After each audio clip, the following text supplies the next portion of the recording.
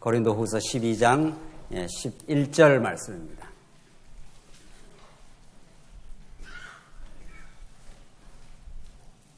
차이신 줄 알고 봉독 드리겠습니다. 우리 하나님 말씀 고린도 신약성경 고린도후서 12장 11절 말씀입니다. 내가 어리석은 자가 되었으나 너희가 억지로 시킨 것이니 나는 너희에게 칭찬을 받아야 마땅하도다. 내가 아무것도 아니나 지극히 크다는 사도들보다 조금도 부족하지 아니하리라. 사도의 표가 된 것은 내가 너희 가운데서 모든 참음과 표적과 기사와 능력을 행한 것이라. 내 자신이 너희에게 폐를 끼치지 아니한 일 밖에 다른 교회보다 부족하게 한 것이 무엇이 있느냐. 너희는 나의 이 공평하지 못한 것을 용서하라. 13절까지 우선 봉독드렸습니다. 우리는 지금 고린도 후서에 개진되는 화해와 협력의 복음, 조금 더 큰 타이틀로 본다면 건덕의 복음에 대해서 우리가 지금 살펴가고 있습니다. 거의 우리 다음 시간쯤 하게 되면 고린도 후서를 마무리하게 되는데, 고린도 전후서, 특별히 고린도 전후서가 우리의 신앙생활에 얼마나 소중한 복음의 내용인가 하는 것을 우리가 지금 여러 달 동안 확인했습니다. 어떤 성경이나 우리가 꼭 하늘 양식으로 먹어야 될 진리의 말씀이되, 특별히 고린도 전후서는 우리가 이 진리의 말씀을 깨닫고 이 땅을 살아가면서 죄악의 몸을 입고 이 고단한 광야길을 걸어가면서 또 하나님께서 그런 죄악 세상 가운데 교회를 두시고 우리를 복음으로 새롭게 하시고 갱신시키고 하늘의 말씀을 공급을 통해서 이 여러 악조건과 어려움 속에서도 교회가 세워져 가도록, 건덕이라는 것이 하나님이 세워가는 것, 건축할 때 건자니까 하나님께서 덕을 세워서 이런저런 시련과 징계 속에서 하나님의 교회를 세워가신다 하는 것이 지금 고린도 전후서에 개진되는 너무도 소중한 말씀입니다. 이 말씀을 우리가 이제 거의 마무리 단계에서 큰 틀에서 우리가 정리해가면서 이 본문을 이해하도록 그렇게 하십시다. 하나님께서 하나님의 교회를 세우시는데 고린도 특별히 후세에는 건덕을 위한 화해와 협력이라고 하는 큰 주제를 지금 가지고 우리가 이 본문을 확인하고 있습니다. 화해는 우리가 지난 시간 1장, 지난번까지 고린도 후서 1장에서 7장까지를 확인했고, 지금 우리가 8장에서 13장 고린도 후서 후반부에 개진되는 지금 건덕을 위한 협력의 말씀을 지금 확인하고 있습니다. 건덕을 위한 협력. 하나님의 교회가 세워지기 위해서는 한 사람이 어떤 그 파편적인 한 개인이 하나님의 교회를 세울 수가 없다는 게 이게 대전제인 거죠. 그러니까 협력이라는 하나님이 우리를 협력해 하셔서, 구약식으로 말하면 대열 정비를 하셔서 하나님의 교회가 광야에서 전진할 수 있도록 그렇게 하신다. 자, 그러니까 지금 이 시대를 지배하는 정신 중에 하나가 그게 개인주의입니다. 그게 오래전부터 서구 사회는 이미 정착되었고, 서구인들에게는 개인주의가 그들의 삶을 지배하는 정신구조, 이데올로기가 되었습니다. 그래서 개인주의가 얼핏 보면은 개인의 자유를 신장하는 것 같지만은 그것처럼 전체를 이루어가는 데는 어려운 일도 없는 거죠. 누구나 다 각자 독립적인 개체를 인정해달라. 거기까지는 좋은 거죠.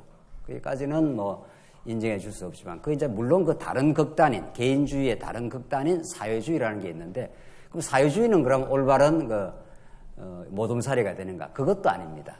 어제 우리 특강을 통해서도 그런 말씀을 나누었습니다. 세상의 어떤 사상, 어떤 그 세상의 중요한 주제들도 딱 이렇게 극단으로 갈라지는 거죠. 한쪽 극단에는 개인주의가 도사리고 있고, 한쪽 극단에는 사회주의가 딱 도사리고 있어서, 개인주의는 개인의 자유를 신장하지만 전체성을 늘 상실하게 되고 질서를 상실하게 되고, 사회주의는 전체성을 강조해서 전체적인 어떤 모둠살이는 이루어지는 것 같은데 개인의 자유가 억압을 받는 거죠. 북한의 사회주의라든가 중국 사회주의가 다 그런 거죠. 자, 그러니까 어떤 사상도 우리 인간을 참된 자유와 모둠살이로 이끌어갈 수 없다. 이게 뭐 우리가 성경 복음을 대하면서 이미 결론을 내리고 지금 들어가는 겁니다. 결론을 내리고, 그러면 성경이 가르치는 바른 교회, 교회는 개인이 모여 있기도 하고 전체가 모여 있기도 하잖아요. 그렇게 되어 있지 않습니까? 그러니까 바울이라고 하는 사람이 있고 고린도 교회가 이게 있고 뭐 고린도 교회도 여러 개인이 있는 거죠. 그런데 이 교회를 아우르고 교회를 하나 되게 만드는 그 원리가 개인주의를 강조한다고 되는 것도 아니고 사회주의를 강조한다고 되는 게 아니라는 거죠. 우리는 개인주의도 아니고 사회주의도 아니고 예수주의인 거죠. 예수 그리스도를 머리로 해서 우리가 하나 될 수 있다. 이렇게 해야 우리 개개인의 신앙의 양심도 존중이 되고 우리 교회 전체적인 질서도 살아나고 이렇게 되는 거죠. 그래서 우리가 장로교 헌법이라는 게 장로교라는 게 완전하지는 않아요. 특별히 우리 성경신학적 이런 포괄적 신학적 입장에서는 장로교 헌법이라는 게 점점 더 보완되고 또 수정돼야 된다고 그렇게 우리는 믿는 건데 그러나 500년 동안 장로교 그 헌법이 500년 검증을 거쳐오면서 여러 가지 이제 수많은 시행착오를 거치면서 그런대로 정리된 게 있습니다. 그런대로 정리된 게 있고 우리는 그것을 더 이렇게 성경적으로 수용을 하고 또 발전시켜 나갈 과제가 우리에게 물론 있는 거죠. 그 중에 하나가 장로교 헌법의 그 두 원리인데 정치 원리 중에 하나는 신앙 양심의 자유를 존중한다. 하나는 한쪽 다른 측면은 교회 조직의 자유를 인정한다. 이 둘 다가 존재하는 겁니다. 어느 하나를 다 짝눈을 뜨고 양쪽을 다 장로교 헌법은 가르치고 있는데 그래도 성경에서 이렇게 뽑아내가지고 한쪽 눈을 감아버리고 한쪽만 자꾸 보게 되면은 이제 균형을 상실하게 되는 거죠. 신앙 양심의 자유가 너무도 소중합니다. 성도님들이 우리 교회에 꼭 와야 되고 안 오면 처벌받을 이유가 없습니다. 우리 교회 아니라 다른 교회를 갈 자유가 있는 겁니다. 그런 자유가 없습니까? 있는 겁니다. 예. 그래서 아무도 우리 교회에 꼭 우리 교회를 출석해야 된다. 중세 가톨릭처럼 우리 이 중세 가톨릭 교회를 출석하지 않으면 상당한 불이익이 그 시대는 있었던 거 아니에요. 뭐 그런 게 없습니다. 예. 내가 우리 교회에 재직으로 자원할 수도 있고 안 할 수도 있는 겁니다. 자, 그러나 내가 이 교회를 나왔을 때는 이 교회의 지도자들과 이 교회 전체적 모둠사리에서 사랑의 약속으로 정해놓은 것을 따르기로 하고 이 교회에 등록을 하는 거죠. 그렇죠? 내가 이 교회의 전체적인 모둠사리의 어떤 사랑의 약속이 별 마음에 안 들고 B라는 교회가 더 이렇게 성경적으로 한다고 그렇게 판단이 들면 어떻게 결정을 하면 되는 겁니까? 그 교회를 뭐 선택하면 되는 거죠. 뭐 아무런 문제가 없는 겁니다. 그러니까 신앙의 양심의 자유도 존중이 되고 교회가 앞으로 진행하게 되는 우리 교회는 언약 성취라고 하는 이런 진리를 우리 교회는 따라간다. 이렇게 우리가 지금 합의하고 지금 전쟁하고 있지 않습니까? 난 그게 별 마음에 안 들어 보인다. 전에 구속사가 더 맞아 보인다. 그렇게 신앙생활 하면 되는 겁니다. 그 사람을 억지로 끌어가지고 꼭 이걸 믿어야 된다. 이렇게 강요할 권한은 교회에 없습니다. 그래서 신앙 양심의 자유도 존중이 되고 교회 지도자들이 정한 지도 방침도 자유가 있는 거죠. 그걸 적절하게 이제 해가는 겁니다. 내가 재직으로 자원을 하겠다 이렇게 했을 때는 재직이란 건 우리 교회에 연보를 꼭 내야 될 이유가 없습니다. 성도님들이. 연보를 안 낼 자유가 있는 겁니다. 얼마든지 안 내고 교회 생활해도 무방합니다. 그러나 복음을 자꾸 깨달아 가다 보니까 내가 함께 이 교회에 짐을 져야 되겠구나. 이걸 절거히 짐을 지는 거죠. 그래서 그게 재직이 되는 겁니다. 내가 재직으로 집사로 자원을 하겠다. 이렇게 하는 거죠. 그걸 강제적으로 집사를 꼭 해야 된다. 이런 법이 없습니다. 우리 집사를 하게 되면 함께 우리 교회에 짐을 지고 우리 교회를 세워가도록 하십시다. 이렇게 사랑의 법을 정해놓은 거죠. 그러면 재직을 자원하는 사람은 스스로가 그 사랑의 법에 따르기로 했기 때문에 스스로 그렇게 하면 되는 겁니다. 근데 재직으로 자원을 했는데 자기는 연보를 안 하겠다. 이게 앞뒤가 맞습니까? 안 맞습니까?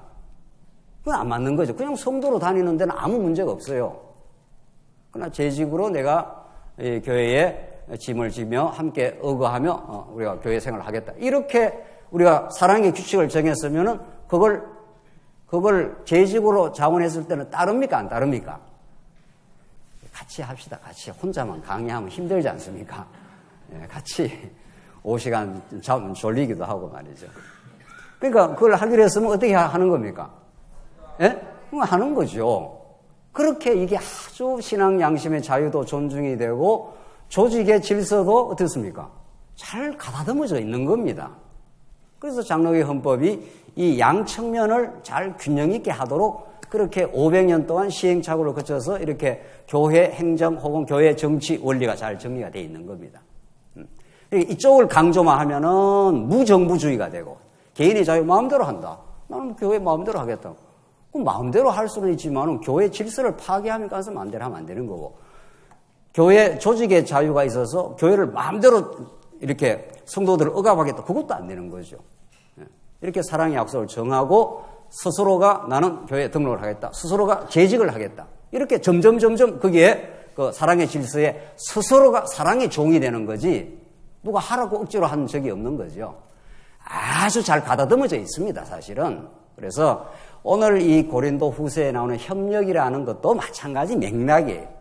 협력을 억지로 강조하는 교회가 있습니까? 그렇게 강조하는 교회가 있겠죠. 11조 안 내면은 망한다라든가 11조 안 내면은 어떻게 된다라든가 이렇게 해놓으면은 성도들은 교회에서 자유를 박탈당하는 거죠. 그렇잖아요. 그래서 성도님들은 자유롭게 신앙생활 하시고 우리가 이렇게 자꾸 이렇게 아름다운 사랑의 약속을 만들어가고 서로가 합의해서 만들어가면 되는 겁니다. 그래서 협력이라는 것도 협력을 해야 된다고 성경이 가르치는 바가 없다는 겁니다. 성경은 하나님의 나라인 교회가 세워져 가기 위해서는 개인주의가 아니라 나는 내 하고 싶으면 하고 말고 싶으면 말다 이런 말이 교회에서는 없는 거예요. 하고 싶으면 하고 말고 싶으면 말다 이게 무슨 신앙 양심의 자유도 아니에요. 그게 잘 이해를 하셔야 돼요. 복음을 깨달으니 하고 싶다, 싫다, 좋다 이거는 인간이 하는 판단이 아니에요. 원칙적으로. 그거는 하나님만 하는 판단이에요. 정말 이렇게 기꺼이 거기에 동참하길 원합니다. 이런 거죠. 내가 심판자가 돼서 이렇게 저렇게 하는 게 아니고 그래서 복음을 점점 깨닫고 나니 정말 교회가 개인주의의 모래알처럼 살아가는 게 아니고 우리가 다 한 지체니까. 그러니까 복음을 자꾸 깨닫는다는 것은 바울이 이제 점점 성숙되게 깨달았을 거 아니에요. 고린도 교회는 아직은 충분히 성숙하지를 못했어요. 이게 바울이 자꾸 복음을 가르쳐 주는 거죠. 그럼 점점 성숙을 하면 어떤 마음이 자꾸 생기는가 하면 사랑의 협력을 하고 싶은 마음이 생기는 겁니다. 복음이라는 게 그런 자발성을 만들어냅니다. 그렇게 해서 오늘 이 협력이라는 말 자체가 인간이 해도 되고 안 해도 되고 하고 싶다 안 하고 싶다는 자기 어떤 결정권이 있는 게 아니고 복음의 능력이 우리를 하여금 추동하고 깨닫게 하고 협력할 마음을 주시고 하고 나서 이게 하나님이 하셨다고 믿고 이런 거죠. 그래서 교회 일을 하고 나서 싸움박질이 벌어진다는 거 아니에요. 왜? 내가 했다고 생각을 하니까.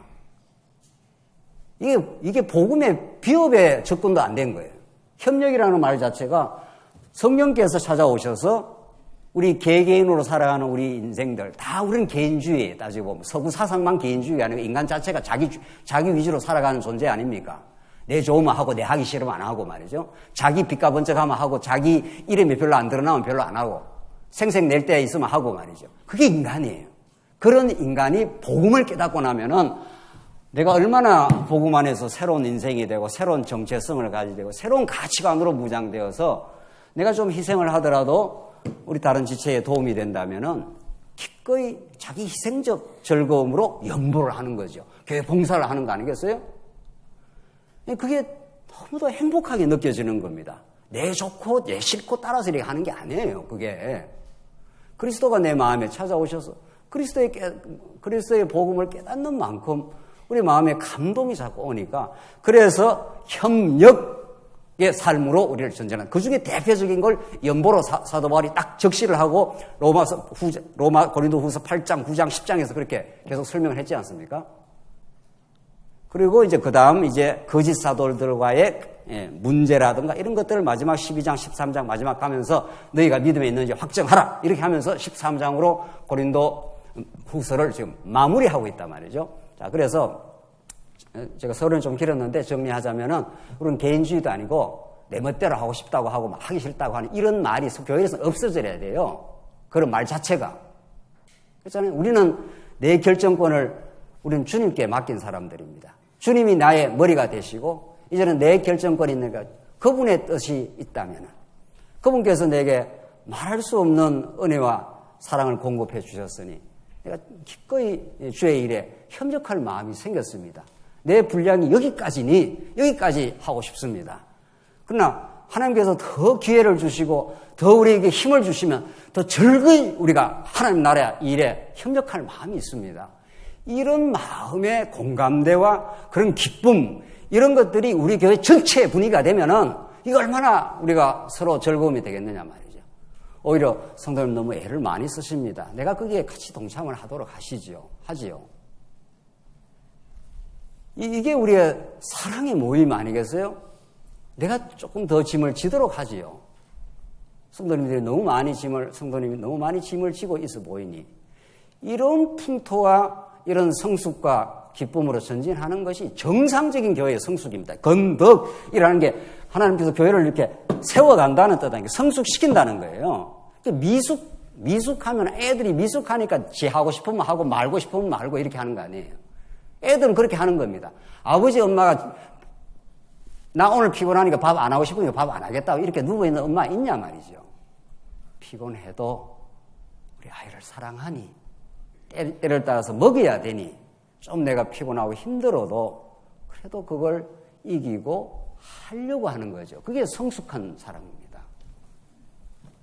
이게 교회 풍토가 어떻게 이해가 돼서 복음이 말이죠.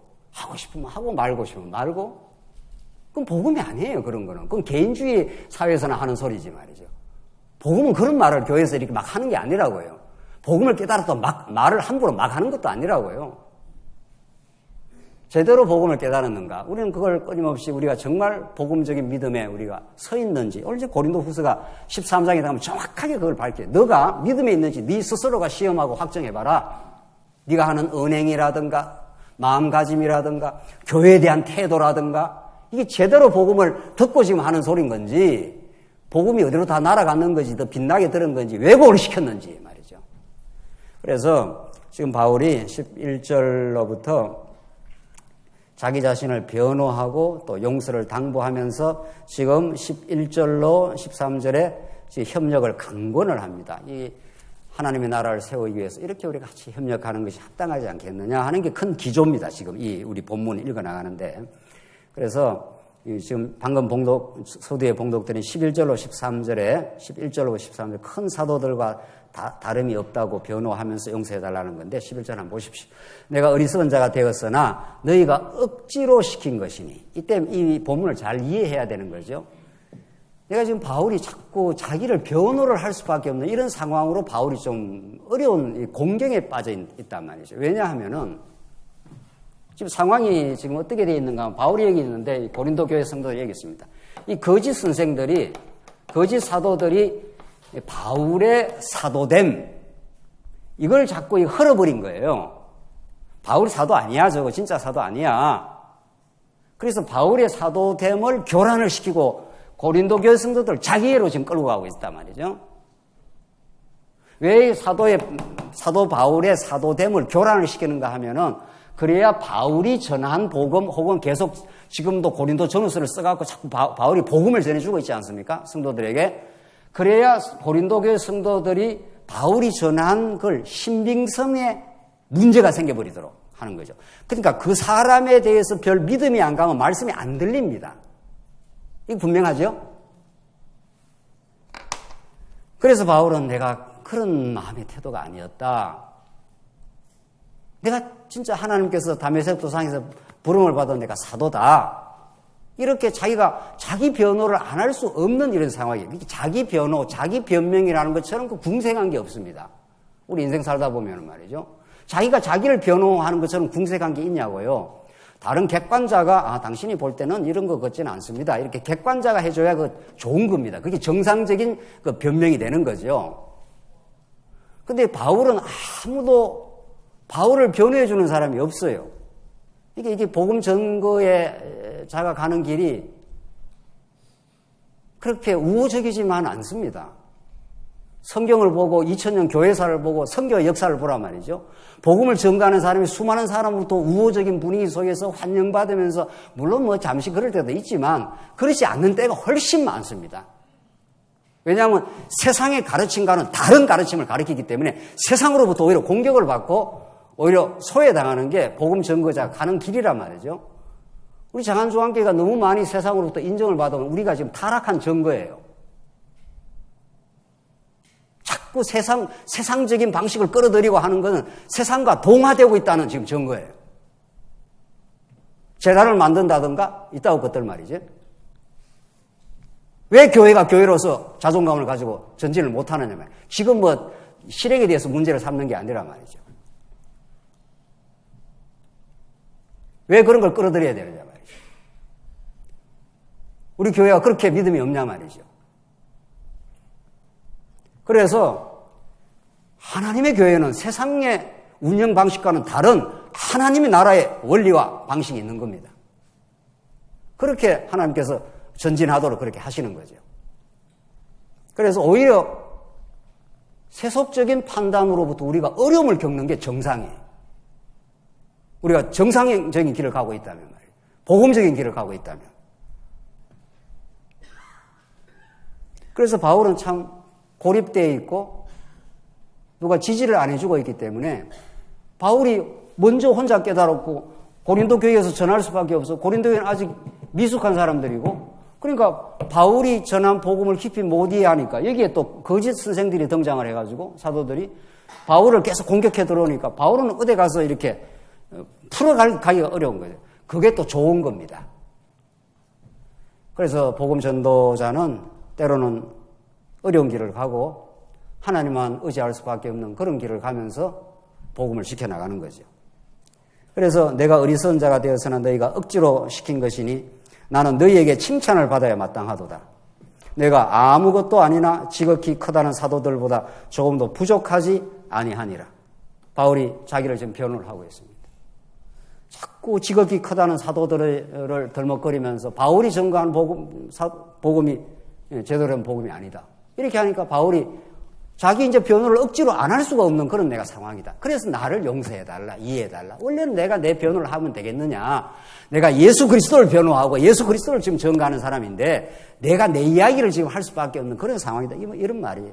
그래서 지극히 내가 아무것도 아니나 하나님 앞에서는 내가 아무것도 아니지만은 이런 말이죠. 지극히 크다는 사도들보다 조금도 부족하지 아니하리라. 바울이 자기 지금 변호를 하고 있는 거 아니에요. 지극히 크다는 사도들이, 정정한 사도들이 많은데 나는 그들보다도 부족하지 않는 하나님의 복음을 내가 받아서 너희들에게 복음을 순전하게 전했다. 12절 사도의 표가 된 것은 내가 너희 가운데서 모든 참음과 표적과 기사와 능력을 행한 것이라. 내가 사도의 표가 분명히 있지 않았느냐. 너희 가운데서 오래 모든 참음도 있었고 표적도 행했고 이때 물론 표적 기사는 초대교회 당시에 있었던 일입니다. 지금 있는 건 아니라는 건 우리 성도님들 잘 아시는 거죠.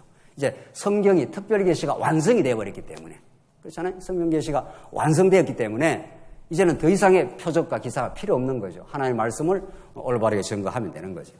13절 내 자신이 너에게 폐를 끼치지 아니한 일 밖에 다른 교회보다 부족하게 한 것이 무엇이 있느냐. 너희는 나의 이 공평하지 못한 것을 용서하라. 지금 바울이 무슨 말을 하고 있는가 하면 너희들한테 내가 폐를 끼치지 않았다. 다른 교회로부터는 내가 지원도 받고 폐도 끼치고 여기서 폐라는 말은 이제 교회의 지원을 받았다 이런 뜻입니다.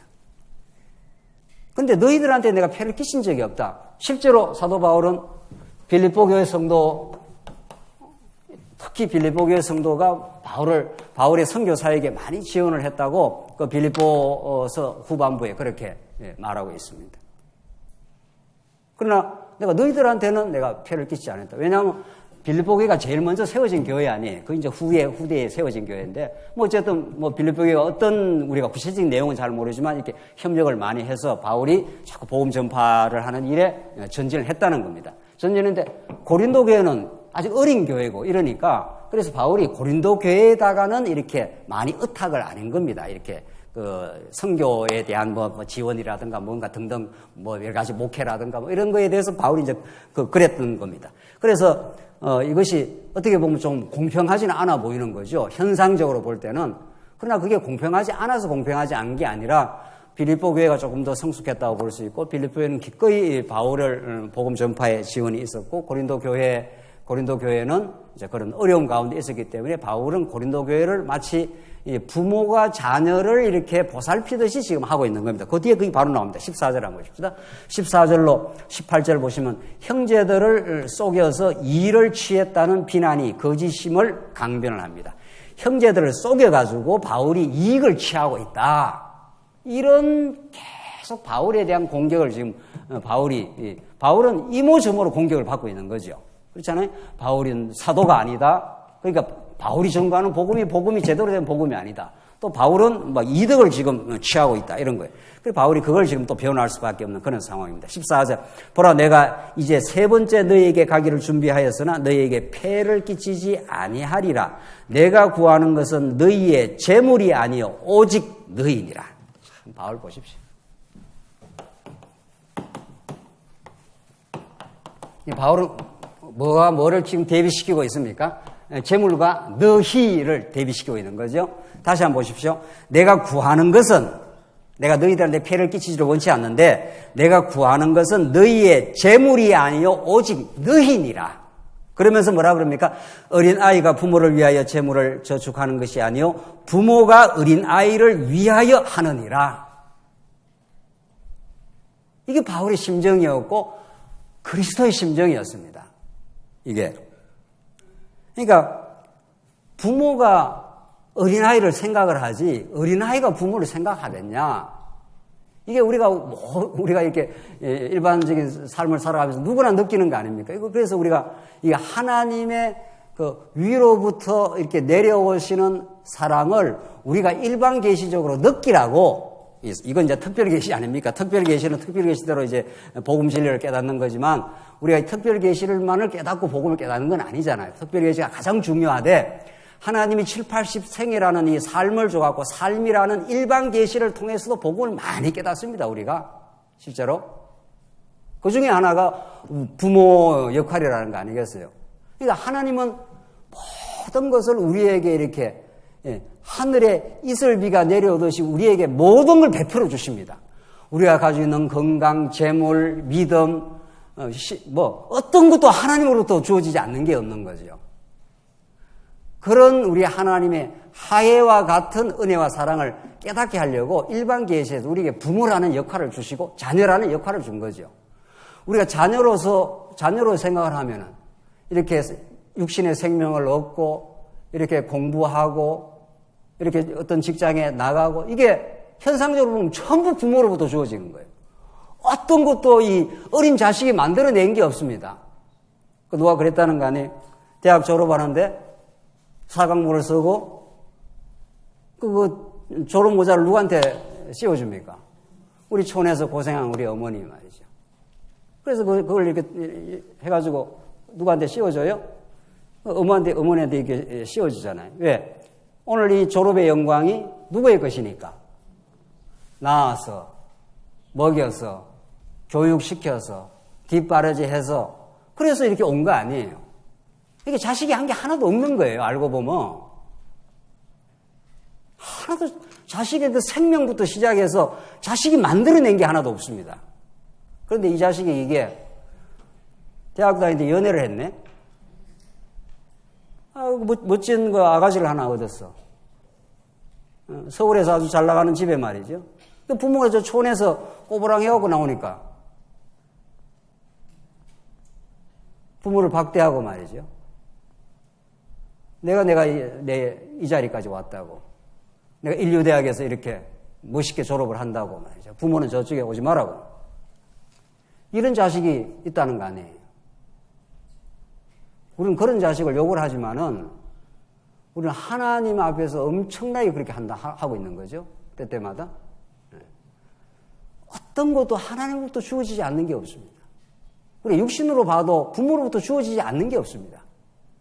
지금까지 잘하고 교육받고 그래도 조금이라도 인간이 되고 하는 건 전부 부모가 교육시키고 먹이고 입히고 다 수고해서 만들어준 거 아니에요. 그렇다면은 우리 삶 송두리째가 우리 하나님 아버지가 주신 거죠.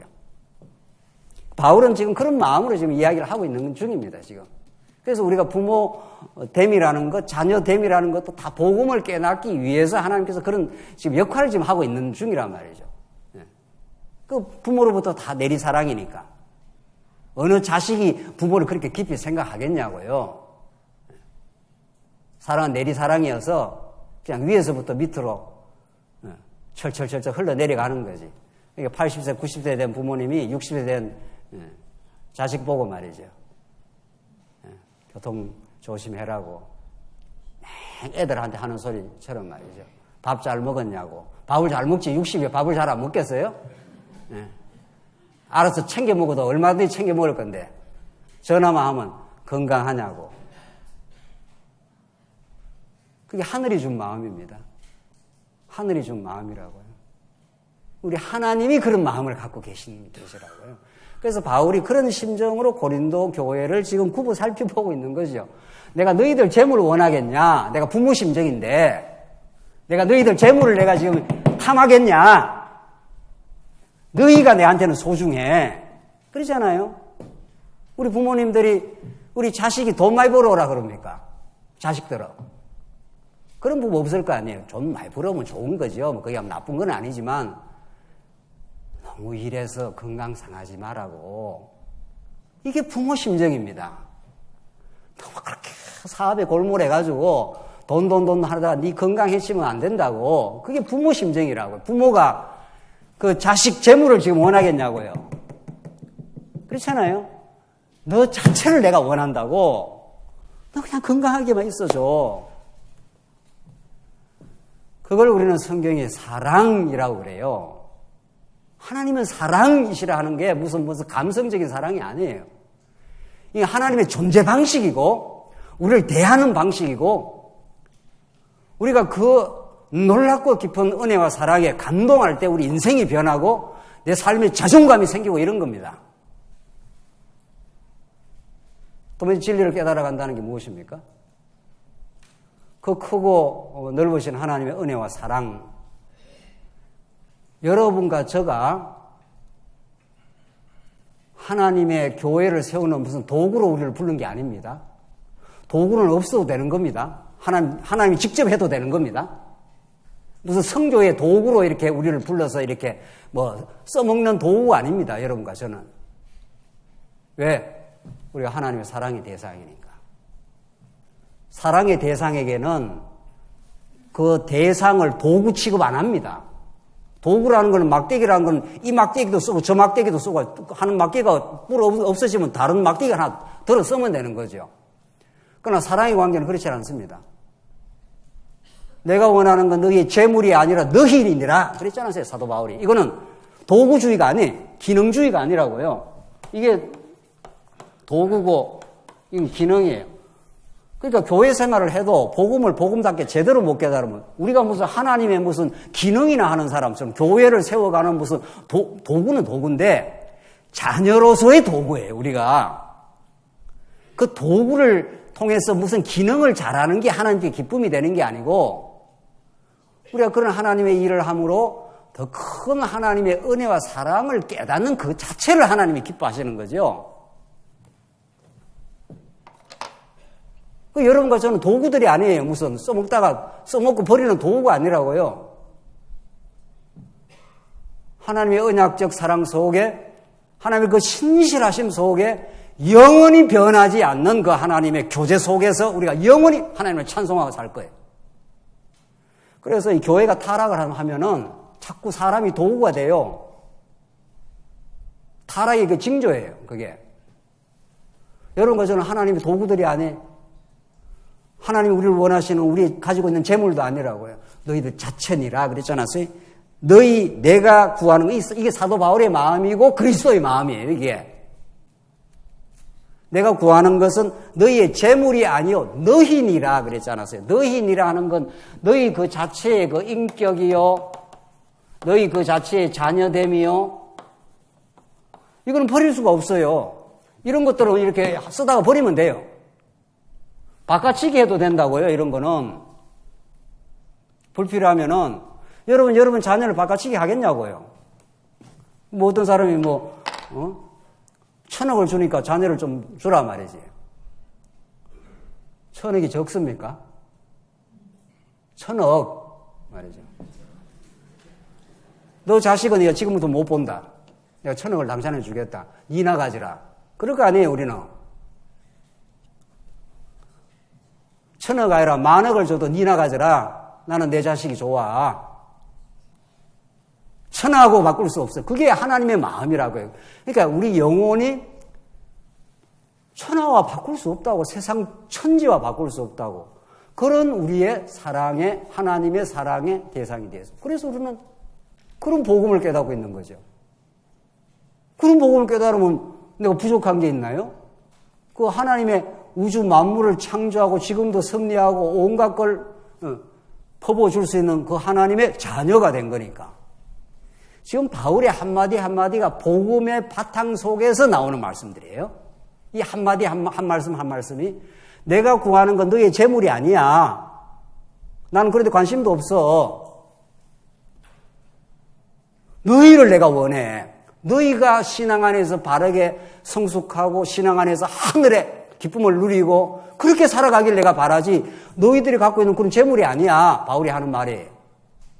이게 정확한 목회자의 제대로 된 정상적인 신앙적인 그런 지도자의 길인 거죠. 15절 내가 너희 영혼을 위하여 크게 기뻐함으로 바울이 고린도 교회의 영혼을 생해서 크게 기뻐한다는 겁니다. 재물을 사용하고 또 내 자신까지도 내어주리니 바울이 오히려 천막을 지어갖고 조금 자비랑해가지고 그걸 오히려 고린도 교회 위에 썼다는 겁니다. 또 내 자신까지도 내어주리니 이게 부모 심정이죠. 자기가 고생해서 고생해도 자식이 잘 된다면 뭐라도 좀 해주고 싶은 마음 이런 거죠. 정확하게 이게 하나님의 마음이에요.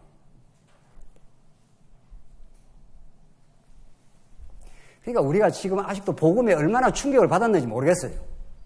이 복음에 제대로 된 충격을 받기 시작하면은 내 삶 자체가 얼마나 행복해지고 얼마나 담대해지고 이 복음의 전곡을 우리가 찔리기 시작하면은 그렇게 두려운 게 없어지고 편안해져요. 복음이 그렇게 위대합니다. 복음이라는 그렇게 놀랍고 위대합니다. 바울은 이 복음의 충격을 받고 다메섹 도상에서 자기가 복음을 회방하러 달려갔다가 복음에 의해서 사로잡혔어요. 예수님 그리스도에 사로잡혔어요. 으악! 하고 인생이 바뀌어버린 거죠. 그러고 나서 자기 인생은 복음에서 매 맞고 쫓겨다니고 수고하고 어려움을 겪고 그것이 즐거움이라고. 내가 사랑하는 주님을 위해서 고생을 안 하고 어떻게 살겠느냐고 세상에. 사랑하는 자녀와 사랑하는 부인을 위해서도 우리가 고생하려고 그러는 건데 우리를 영원히 사랑하신 영원한 생명을 주신 그분을 위해서 내가 고생을 안 한다면 거짓말이라는 거죠. 그건 복음을 아직 깨달은 게 아니라는 거예요. 그러니까 복음을 깨달았다 안 깨달았다는 자기 영혼이 알아요. 정확하게 하나님 앞에 서보면은 내가 복음을 위해서 수고를 하느냐 복음을 위해서 복음을 이름으로 내가 뭘 챙기고 있느냐 정확하게 둘로 딱 갈라진다고요. 내가 너희 영혼을 위해서 크게 기뻐함으로 재물을 사용하고 또 내 자신까지도 내어주리니 너희를 더욱 사랑할수록 나는 사랑을 덜 받겠느냐. 바울이 좀 약간 억울했던 모양이죠. 뭐 억울해서 그런 건 아니고 고린도 교회 성도들이 하도 복음을 못 깨닫고 빗나간 길을 가고 거짓 사도들한테 자꾸 휘둘리고 하니까 지금 안타까운 마음으로 지금 바울이 하는 겁니다. 내가 이렇게 너희를 사랑하고 살아왔는데 너희의 사랑을 내가 못 받겠느냐. 너희들은 지금 너무 복음의 진수에 들어오지를 못해서 그저 거짓 선생들이 이 말하면 저 말로 돌아오고 저 말하면 저 말로 휘둘리고 지금 그러고 있다 이 말입니다. 16절 하여간 어떤 이의 말이 내가 너희에게 짐을 지우지는 아니하였을지라도 교활한 자가 되어 너희를 속임수로 취하였다 하니 어떤 이가 이렇게 참소를 하는데 그 고린도 교회한테 짐은 안 지웠는데 이게 짐을 껍데기로는 안 지운 것 같은데 교활하게 뒤로 오히려 더 착복을 하고 있다 뭐 이런 이야기예요 지금. 17절 내가 너희 중에 보낸 자 중에 누구로 너희의 이득을 취하더냐. 내가 너희들한테 어떤 동역자들을 보내기도 하고 이렇게 했는데 누구를 통해서 너희의 이득을 취했더냐 그런 거죠.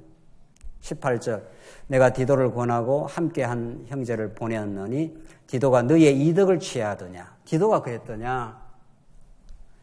우리가 동일한 성령으로 행하지 아니하더냐? 동일한 보조로 하지 아니하더냐? 참 중요한 지금 교회 세워가는 원리가 하나 나왔습니다. 바울이 참 외로운 길을 갔는데 복음을 고린도교에 증거해줬고 빌립보에도 증거해줬는데 늘 바울 주변에는 이 진리의 길을 가는 사람을 회방하는 이런 이제 세력이 있는 거죠. 그런데 그 가운데도 하나님이 동역자를 또 붙여주긴 합니다. 그게 바로 누굽니까? 그게 디도예요. 그 바울 주변에 그렇게 많지 않아요. 디모데, 디도, 에바브라, 디도, 이 정도는 있어 보입니다. 이제 성경 전체를 보면은. 특별히 여기에서는 이제 디도가 바울의 동역자입니다. 왜 하나님의 나라인 교회를 세워가는데 동역자가 그렇게도 중요한가 아십니까? 네. 하나님의 교회를 세워가는 데는 동역자라는 것은 이게 집을 이렇게 세울 때 이 기둥이 있고 이게 대들보가 있고 이렇게 석가래를 붙이고 이렇게 하지 않습니까? 이렇게 한단 말이죠. 하나님의 집이 하나 세워지기 위해서 우리 장안조항교회가 세워지기 위해서는 다 필요합니다. 어떤 사람은 더 중요하고 어떤 사람은 덜 중요하다 이런 것도 없습니다. 그것도 세속적 판단이에요. 여러분이 자녀를 A, B, C를 놔두고 요 놈은 나한테 더 중요하고 저 놈은 덜 중요하다 이런 자녀가 있습니까? 눈치를 보니까 있다는 눈치인데. 왜냐하면 어떤 놈은 인류대학 가고 어떤 놈은 막 사고나 치고 돌아다니고 말이죠. 가슴 아프게 하고 이러니까. 제대로 된 우리 정상적인 부모라면은 인류대학 가는 놈은 인류대학 가서 좋고 사고 치는 놈은 안타까워서 좋습니다. 그 말을 이해를 잘 못하는 것 같은데 그 안타깝고 염려가 되고 기도하고 그 녀석을 위해서 그래서도 그게 자녀라서 좋은 겁니다. 그게 좋다는 표현보다도 자녀라서 사랑의 대상이라는 거예요.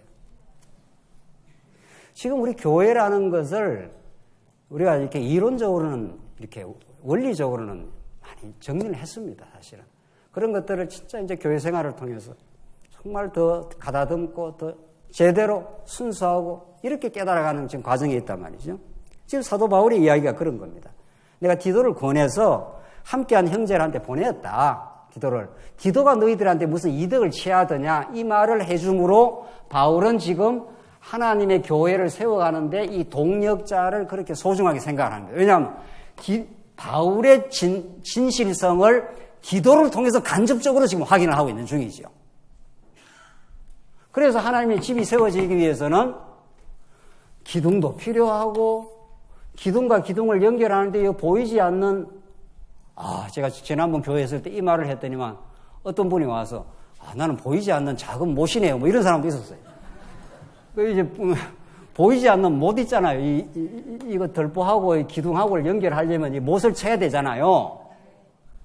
이 못은 보입니까? 안 보입니까? 안 보여요. 지금 이 기둥 안에 들어가 있는 이런 못들은 안 보인다고요. 아예 기둥들은 이렇게 잘 보이잖아요. 기둥이 중요합니까? 작은 못이 중요합니까? 그렇죠. 그거는 똑같죠. 네. 너무 정답을 잘 말하지 마시고 기둥이 중요하다 또 이렇게 좀 하셔야 돼요.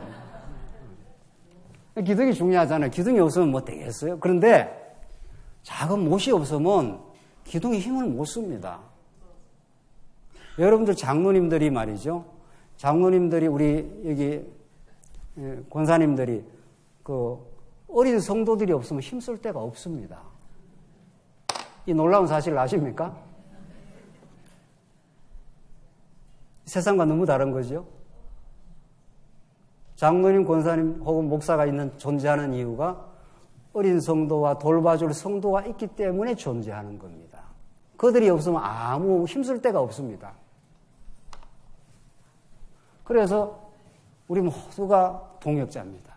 모두가 하나님의 교회를 세워가는 지체들입니다. 그래서 교회 하나님께서 불러준 영혼은 누가 더 중요하다, 덜 중요하다 없습니다. 다 중요합니다. 하나님 보실 때는. 우리가 그렇게 허탄한 판단을 하는 거지. 세속적 판단을 하는 거지. 하나님의 자녀들이고 천하보다 더 귀한 영혼의 가치를 다 가지고 계신 분들이고 그렇게 우리가 진짜 새로운 인식을 하게 된다면 정말 우리 교회는 그 즉시 따뜻해집니다. 그 즉시 우리 마음이 따뜻해지고 성도님들을 대하는 마음이 달라질 겁니다. 바울이 지금 그렇게 하고 있지 않습니까? 바울이 지금 그렇게 하고요. 바울은 정말 그 말씀에 이끌린 목회자예요. 예. 말씀에 이끌려서 성도를 진심으로 말씀을 통해서 사랑하는 그런 하나님께서 바울을 그렇게 지금 만들어 가고 있는 중이죠. 그래서 중요한 거는 하나님께서 바울 주변에 이렇게 디도를 이렇게 준비를 시켜놨다는 겁니다. 바울이 자기를 자꾸 증명하면은 구차해져요. 근데 하나님이 바울의 동역자인 디도를 통해서 디도가 너희들한테 이득을 취하더냐. 내 말을 내가 자꾸 한다는 게 이상해서 지금 하나님께서 디도라는 동역자를 붙여요. 그러니까 바울과 디도가 복음 안에서 진실한 신뢰관계를 가지면 교회는 세워지는 겁니다. 우리 장로님들과 장로님들 간에 권사님들과 권사님들 간에 서로를 존중하고 신뢰하면은 그럼 교회가 세워지는 거죠. 그리고 기둥과 이 대들보가 서로 이렇게 존중하면은 그렇잖아요. 뭐 기둥 역할도 있고 뭐 대들보 역할도 있고 작은 모세 역할도 있는 거니까 다 우리는 하나님을 모시는 하나님의 나라를 세워가는 하나님의 교회의 일원들이라. 그렇게 우리가 우리 지체들을 이해하고 받아들이게 되면 오늘 우리 새로 결혼한 우리 가족도 있고 또 우리 외국으로 멀리 공부하는 우리 성도도 있고 또 이런저런 이유로 찾아오는 성도도 있고 그런 성도를 올 때마다 갈 때마다 하나님의 성도도 우리가 받아들이고 우리는 하나님께서 보내주신 귀한 영혼들이고 한 영혼도 이 교회에서 소외됨이 없이 하나님의 영광을 위하여 복음의 기쁨을 누리는 교회가 되기를 우리는 그렇게 바라는 거죠. 하나님께서 그렇게 오늘 이 본문의 말씀을 통해서 디도의 동역자를 디도라는 동역자를 옆에 붙여가지고 디도가 너희의 이득을 취하더냐 우리가 동일한 성령으로 행하지 아니하더냐 동일한 보조로 하지 않을까.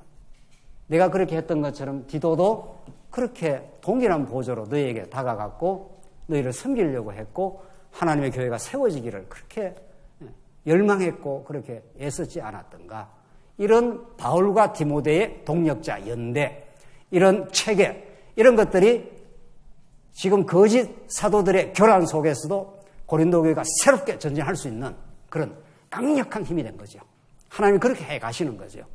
오늘 우리 오후 시간에 이렇게 모인 성도들이라도 정말 복음 안에서 새롭게 우리가 무장하고 우리가 서로를 귀하게 여기고 우리 가족들을 귀하게 여기듯이 우리가 신령한 이런 가족으로 귀하게 전진하면은 우리 교회를 하나님께서 더 강건하게 무장시키고 힘차게 전진할 수 있을 겁니다. 기도하십시다. 자비하신 하나님 아버지 은혜를 감사합니다.